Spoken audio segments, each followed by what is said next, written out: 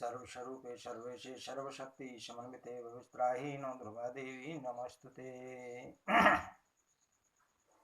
जन्मेजय ने कहा, प्रभु मुनि, भगवती जगदम्बिका का प्रभाव जगत को शांति प्रदान करने वाला एवं परम आदरणीय है। मुझे अब इसका पता लगा है तुझपर कि आपके मुखारविंद से निकली हुई इस सुधामयी कथा का रसपान करते करते मेरा मन अघाता नहीं है। देवी का यह परम पावन चरित्र अल्प पुण्य वाले मानवों के लिए प्राप्त होना अत्यंत कठिन है। भगवती जगदम्बिका का यह लीला चरित्र देवताओं और प्रधान मुनियों के लिए भी रक्षा का परम साधन है।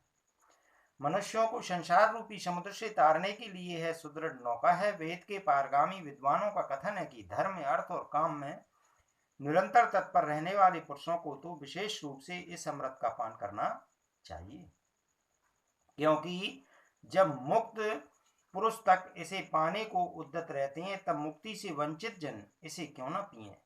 भारतवर्ष में मानव देह दुर्लभ है। इसे पाकर भी जो भक्तिहीन जन भगवती को की आराधना में सम्मिलित नहीं होते, वे धन धानहीन, रोगी और अनपत्य जीवन व्यतीत करते हैं। उन्हें दूसरों के चाकर बनकर निरंतर चक्कर लगाने पड़ते हैं। वे आज्ञाकारी होकर दूसरों का भार ढोया करते हैं।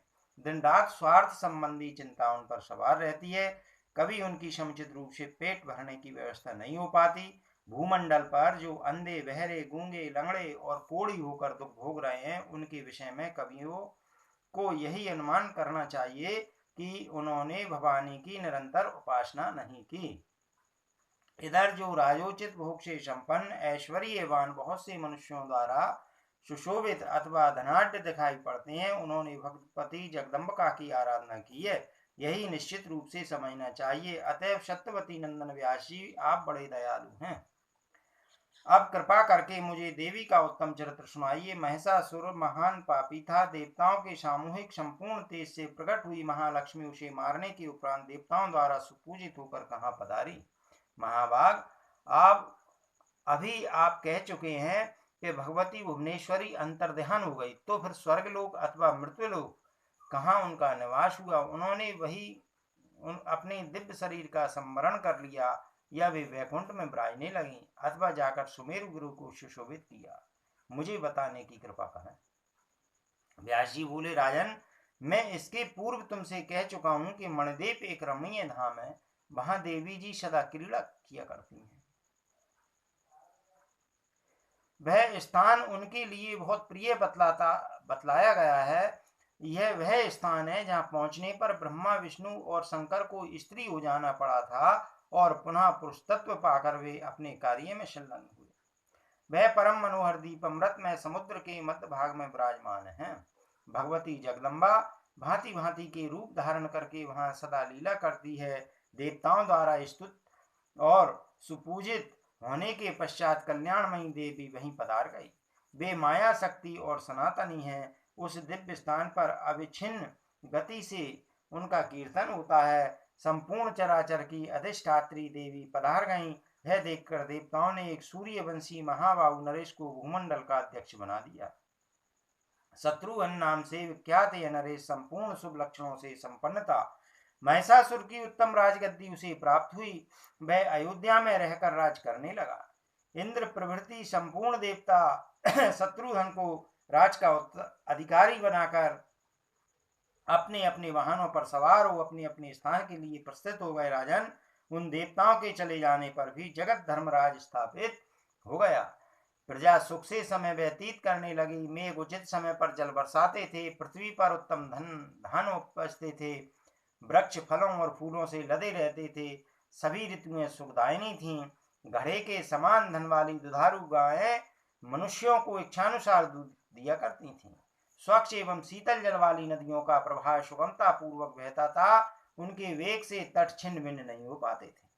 किनारों पर पक्षियों का समाज शोभा बढ़ाता रहता था। ब्राह्मण वेद तत्व के जानकार तथा यज्ञशील थे। क्षत्रियों में धार्मिक भावना जागृत थी। वेदान और अध्ययन में तत्पर रहते थे। शस्त्र विद्या में उनकी विशेष अभिरुचि थी। वे प्रजा की रक्षा में कभी असावधान नहीं होते थे। समस्त राज्यों द्वारा न्याय पूर्वक शासन होता था। किसी में विषय तृष्णा नहीं थी। संपूर्ण प्राणी परस्पर मेल मिलाप रखते थे। धन बांटने वाले का एक समाज विद्वान था। गोंठ में झुंड की झुंड गांवें रहती थीं। नृपर उस समय धरातल पर ब्राह्मण, क्षत्रिय, वैश्य और शूद्र ये सभी के सब देवी के परम उपासक थे। यत्र तत्र भी यज्ञ स्तंभ और मनोहर मंडप दृष्टिगोचर होते थे। ब्राह्मणों और क्षत्रियों द्वारा संपन्न हुए यज्ञों से पृथ्वी का प्रत्येक भाग सुशोभित था। स्त्रियां सुशील, पतिव्रता और सत्यभाषिणी थीं। पुत्र पिता में श्रद्धा रखने वाले तथा धर्मशील होते थे। भूमंडल में कहीं भी पाखंड और अधर्म का नाम तक नहीं रह गया था। उस समय वेदवाद और शास्त्रवाद के सिवा दूसरे कोई बात प्रचलित नहीं थे। किन्हीं में विवाद नहीं चलता था। सभी धनी और सुंदर विचार वाले थे। प्राणियों में सर्वत्र सुख का साम्राज्य था। किसी की अकाल मृत्यु नहीं होती थी। सुहृदों में अटूट स्नेह संबंध बना रहता था। कभी किसी पर विपत्ति नहीं आती थी, न कभी अवर्षण होता था और न अकाली पड़ता था। दुखदायिनी महामारी मनुष्यों के सामने फटकने ही नहीं पाती थी। न कोई रोगी था और न किसी का दूसरे के प्रति डह था।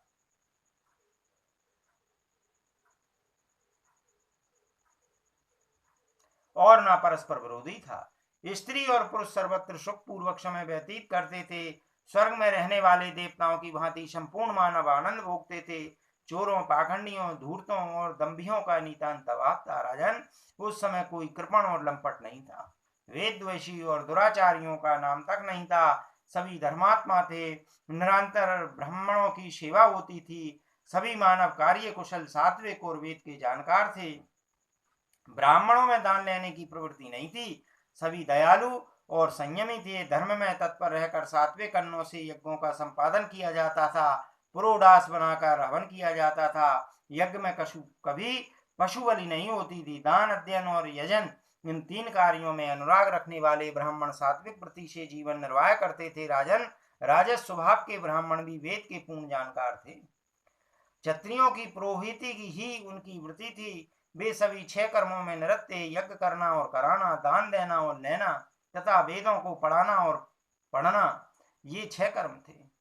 राजा की आज्ञा के अनुसार सबके कामों की व्यवस्था थी। कुछ लोगों का समय अध्ययन में ही व्यतीत होता था। महिषासुर के कारण उनके कार्यों में जो बाधा आ गई थी, वह उनके मर जाने पर दूर हो गई। सबके हृदय की व्यथा शांत हो गई। वे वेद पढ़ने में संलग्न हो गए। उनके व्रत, नियम और दान धर्म में कोई बाधा नहीं रही। क्षत्रिय गण प्रजा पालन और वैश्य गण व्यापार में लग गए।